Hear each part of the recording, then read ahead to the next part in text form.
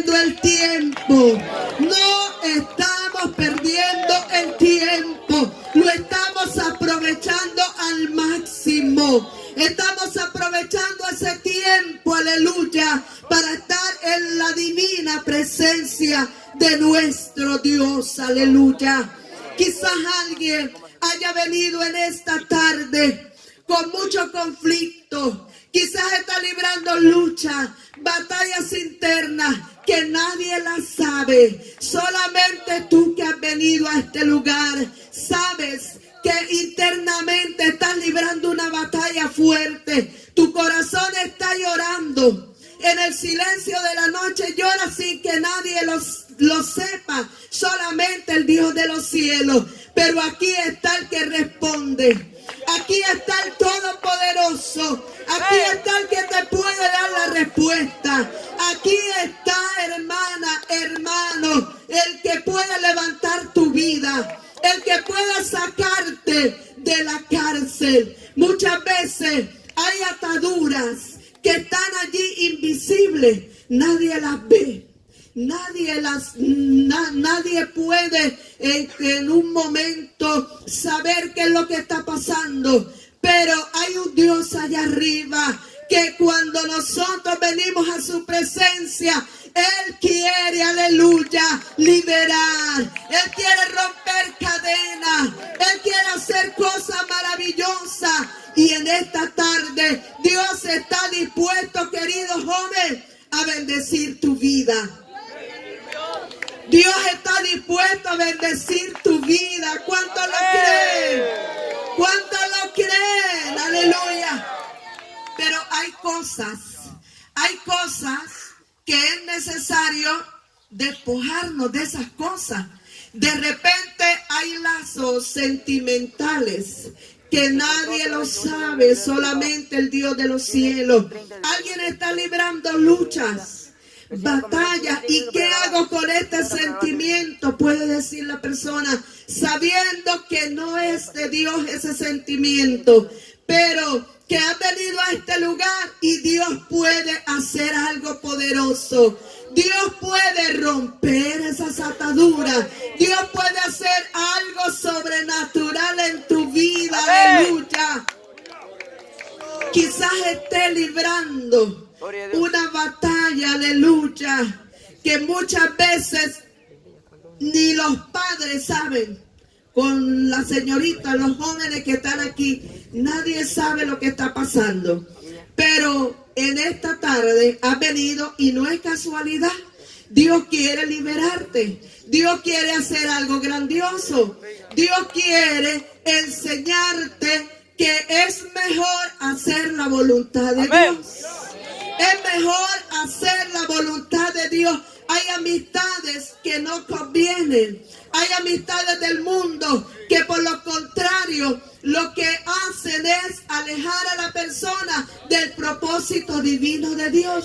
Dios tiene planes lindos con muchos jóvenes aquí que Dios les ha hablado una y otra vez para el servicio de su obra. Dios quizás en sueño les ha hablado en muchas oportunidades a través de profecía, a través de la palabra, a través del mensaje. Dios les ha hablado y Dios les ha dado testimonio para que les sirvan en su bendita obra. Pero quizás están allí llenos de temores, llenos de tantas cosas que les da temor dar un paso al frente y hacer la voluntad del Señor. Pero allí están esos planes de Dios. Dios habla hoy y muchas veces no es para que se cumpla mañana. Pueden pasar los años 1, 2, 3, 4, 5, 10, 15 años para que se cumpla. Pero lo importante es no salirnos del plan y del propósito de Dios, sino estar allí, hermanos, dentro de la voluntad de Dios, sin que nada nos mueva, sino que estemos allí esperando el momento de Dios para cada uno de nosotros. Les decía en esta mañana en una de las entrevistas que estaban realizando nuestros hermanos, me preguntaban qué tiempo tengo en el Señor. tengo 2 años, tengo 3 años en el Señor. ¿Qué tiempo tengo?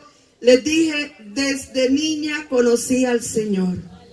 Desde la edad de 6 años fui a la iglesia por primera vez. Y allí el Señor me arrestó. A los 10 años levanté mi mano como lo debemos hacer cada persona, porque la salvación no se hereda. La salvación no la heredamos del padre, de la madre, del tío, del hermano, del primo, no. La salvación es algo individual y muy personal con Dios. Nadie nos obliga, es un trato de Dios con cada uno de nosotros. A los 10 años levanté mi mano y acepté a Cristo como Salvador de mi vida. En ese momento, no siendo pecadora, con 10 años, pues se considera que no hay pecados. Pero cuando pasé al frente sentí como una carga que cayó de mí. Habían 2 personas adultas y yo estaba en el centro. Cuando el pastor hizo la oración, pensé dentro de mí, quizás el pastor no se va a fijar porque soy muy pequeña. Orará por los adultos, pero por mí no, porque soy una niña muy pequeña. Pero el pastor oró por las 3 personas, las 2 adultas y mi persona, bien chiquitica. Hizo la oración y el pastor dijo, si tú tardares, Señor, si tu venida tardare y a ti te place usar esta niña para tu gloria, úsala. Fueron las palabras de él. Yo sentí algo precioso. De mí cayó una carga, pero sentí una experiencia muy linda de parte del Señor. Desde allí, en los caminos del Señor, en la etapa de la niñez, con los niños en la escuela dominical, recibiendo la clase con las maestras y aprendiendo allí la palabra del Señor. Muy jovencita, me bautizaron en las aguas, recibí las clases de catecúmeno, la doctrina, todo lo demás. Fui aprobada para bajar a las aguas, me bautizaron para la gloria del Señor y algo hermoso, una experiencia de Dios en mi vida. Allí seguí en los caminos del Señor, nunca me he apartado de los caminos del Señor. No conozco el mundo como tal. Una discoteca no la conocí. Nunca fui a una discoteca. No sé tomar, fumar, vicio, nada de las cosas del mundo. Es decir, desde que acepté al Señor, mi vida se la rendí al Señor. Mi vida la puse en las manos del Señor. Y el Señor siempre me hablaba en las actividades tal como esta, en los ayunos, en las vigilias, en los retiros. Siempre me sentaba por allí atrás en un rincón, pero siempre Dios usaba a alguien. Y alguien llegaba allí donde estaba y Dios comenzaba a hablar a mi vida. Y Dios me decía, conságrame tu vida, entrégame tus planes, ponlos en mis manos. Yo te bendeciré. Y Dios me hablaba, Dios me decía, pero son cosas que uno dice, Dios, pero no es fácil, servirte no es fácil. Siempre pensé el vivir por fe no es fácil, servir a Dios no es fácil. Hay que tener una convicción realmente, un llamado de Dios. Algo, hermano, un trato directo, personal con el Dios de los cielos. Y Dios seguía tratando con mi vida de una manera tremenda. Y cada vez Dios siempre me hablaba. Pero lo que hacía era tratar como de evadir, porque tenía mucho miedo, los temores. Pero en los ojos de Dios siempre estaban allí y cada vez que abría la palabra, Dios me hablaba a través de la palabra. A través de sueños, Dios me hablaba a través de sueños. Y cada vez siempre estaba allí la voz de Dios en lo más profundo de mi corazón. En los cultos misioneros, esa llama ardía en mi corazón. Y por más que no quería llorar, pero tenía que llorar y comenzar a llorar. Y llorar pensando, viendo las almas, cómo cómo las almas se pierden, y es una labor de la iglesia y ciertamente de la juventud, como se mencionaba en esta mañana, y allí venía la pasión por las almas, el servir a Dios, y siempre Dios estaba allí tratando, pero era algo que le decía a Dios: Dios, no es fácil, no es fácil. Tengo mis dos hermanos mayores, son pastores, pero veía cómo ellos hacían el trabajo de Dios y muchas veces lo hacían con mucho sacrificio.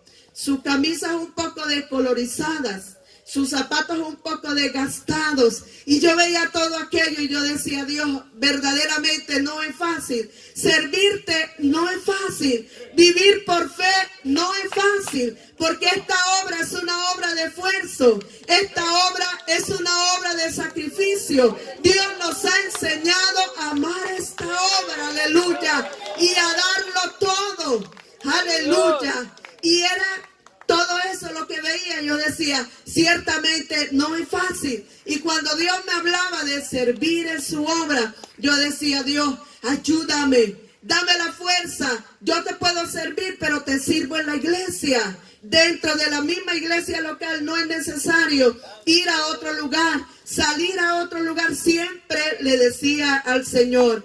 Y trabajé con los niños, estuve allí con los niños, y yo decía: Dios, con esto te puedo servir. Al frente de una pequeña librería, yo dije: con esa librería te puedo servir. No es necesario ir a la obra. Pero Dios seguía arrestando mi vida y hablando de una manera tremenda, que era un fuego que no lo podía apagar. Era algo que estaba allí, una llama encendida, y era el trato de Dios. Era el trato de Dios, y muy jovencita, pero ahí estaba, y Dios seguía tratando con mi vida. Pero en una ocasión le dije a Dios: Dios, sí, yo te quiero servir, amén, te quiero servir, quiero hacer tu voluntad. Y le dije: Dios, pero si tú me concedieras en tu misericordia, en tu amor, porque no lo merezco, pero si tú en tu misericordia, oh Dios, tuvieras compasión de mí, y si tú me dieras mi esposo, ahí, Señor, te serviría. Junto con mi esposo te serviría. Pero que él vaya adelante, ciertamente yo estaré allí a su lado. Yo le dije muchas veces al Señor, y con lágrimas le decía al Señor: y así, Señor, yo te sirvo y yo hago tu voluntad, porque era algo, hermano, era un fuego que me quemaba. Y cada vez en los cultos siempre había alguien. De repente llegaba un predicador, nunca me había visto, y saltaba las sillas y llegaba allá al rincón y ponía las manos sobre mí y decía: así te dice el Señor, desde niña puse los ojos sobre ti, así que quiero que hagas mi voluntad. Y cada vez era así, y ya tenía como cierto temor ir a las actividades. No me sentaba al frente, siempre me iba así a un rinconcito. Y Dios cada vez me hablaba y cada vez me decía, pero yo le decía a Dios: si tú me das mi esposo, amén, Señor, en tu misericordia te lo ruego, te lo suplico con lágrimas, en ayunos, en la madrugada orando. Dios, escucha mi oración, escucha mi clamor. Yo te quiero servir. Sí, yo te quiero servir, Señor. Pero en mi debilidad, Señor, tú sabes que no quiero ir sola. Quiero que tú me des mi esposo. Y le decía a Dios, hermano, y Dios es un Dios que escucha. Para el que cree todo es posible, joven. Para el que cree todo es posible. ¿Ustedes creen que Dios es un Dios que oye? Es un Dios que escucha, ¿verdad? Y Él obra conforme a su voluntad divina, no como nosotros queremos, no como nosotros quizás queremos como impresionar a Dios. No, hay que decirle a Dios: haz tu perfecta voluntad, como tú quieras, Señor, haz tu divina voluntad. A mi esposo nunca lo había visto, no lo conocía. él desde niño siendo cristiano, pero no lo conocíamos. Yo estaba en otro país y él en Venezuela. Nunca nos habíamos visto. Y ya ustedes quizás se están preguntando, ¿y cómo se conocieron? O sea, nunca se habían visto, hermano. Si lo contamos es algo como misterioso. Quizás alguien diga, se escribieron, se llamaron. No, en aquel tiempo no había celulares. Habían unos muy grandes que comenzaron a salir. Y ¿cómo lo llaman? Ladrillo, así inmenso. En ese tiempo no había celulares, ni siquiera para llamarnos o para tener contacto o que lo hubiese visto en algún lugar. No, nunca lo había visto. Él no sabía de mí, que me había criado en el Evangelio tampoco. Siempre en esta obra del Movimiento Misionero Mundial. Nunca he conocido otra organización. Movimiento Misionero Mundial, desde chiquita hasta esta edad que tengo, y aquí seguimos en pie, hermano, amando al Señor, amando esta obra preciosa. Seguimos sirviendo al Señor con deseo, con anhelo, con carga, con pasión por las almas. Hermano, esto fue algo tremendo, pues. No creo que me voy a meter por allí, por esa parte. Solamente les voy a decir eso. Yo creo que ustedes no quieren saber mucho de ese testimonio, de esa historia. Pero lo que sí quiero decirles es que Dios se trata un plan. Dios se traza un plan, un propósito con cada una de estas jóvenes que están aquí hermosas, porque por cierto, aquí hay una cantidad de muchachas preciosas. Digo preciosas porque tienen al Señor, y por dentro ustedes son hermosas, por fuera también tienen la gracia de Dios. Cuando tenemos la gracia y la bendición de Dios en nuestras vidas, somos hermosas y preciosas. Y los hermanos, los jóvenes, de igual manera. Aquí hay jóvenes preciosos. Ustedes tienen la gracia de Dios, el temor de Dios en sus corazones. Cuando la gracia de Dios no está en nosotros, el semblante de inmediato cambia. Cuando la persona se aparta de Dios, el semblante cambia. El rostro se torna un rostro un poco amargo. El entrecejo un poco arrugado. Así cambia el semblante. La mirada cambia. Los ojos son la ventana del alma. Lo que hay en el alma se refleja ¿dónde? En los ojos. Se refleja en el rostro de la persona. Cuando está la bendición de Dios allí, hay gozo, hay alegría, hay bendición, aleluya. El pueblo alaba, el pueblo bendice, aleluya. Este pueblo que fue llevado allí a Babilonia, ¿cómo estaban? Dice la palabra que hubo un momento que ellos tomaron los instrumentos. ¿Qué hicieron con los instrumentos? Dice que los tomaron y los colgaron allí junto al río. Así dice el texto que leímos. Dice, sobre los sauces, en medio de ella, colgamos nuestras arpas. Es decir, que cuando ellos toman las arpas y cuelgan sus instrumentos allí, ¿qué pasó con ellos? Ellos perdieron, ¿qué cosa? El entusiasmo. Ya ellos no cantaban, ya ellos no adoraban, ellos no alababan, ellos no levantaban las manos, ellos no sonreían. ¿Qué había en ellos? Lágrimas, había dolor, había tristeza, había angustia, había aflicción. Los instrumentos estaban allí colgados. ¿Verdad que nosotros no colgamos los instrumentos? ¿Alguien colgó los instrumentos aquí para ver? ¿Verdad? Ninguno ha colgado los instrumentos. ¿Dónde están los instrumentos para ver? Levanten los instrumentos. Aleluya. Levanten sus manos. Aleluya.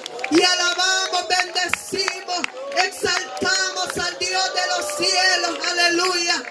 Cuando hay un pueblo agradecido, hermanos, como en el caso de los hebreos, ya ellos entraron en esa situación tan difícil que ellos no podían alabar a Dios. Ya sus bocas no se abrían para bendecir al Dios de los cielos. Su boca estaba cerrada. Y vemos que allí dicen el pueblo enemigo le decía que alabaran a Dios. Pero queremos escucharlos, queremos que alaben, queremos que bendigan a Dios, queremos que canten, decían. Pero ellos responden, pero ¿cómo nosotros vamos a alabar a Dios en tierra de extraños? No podemos alabar a Dios. Y ellos se sienten allí pues que no están fuera de comunión, no pueden alabar a Dios. Qué tristeza, qué dolor para ellos. Porque cuando estamos acostumbrados a alabar a Dios, hermanos, la alabanza no puede faltar. Hay un coro hermoso, no sé si ustedes lo conocen aquí. Dice que Pablo y Silas, cuando ellos estaban presos, ¿verdad? Ellos estaban allí presos, pero ellos en la cárcel, ellos cantaban. ¿Conocen ese coro? ¿Cómo dice ese coro?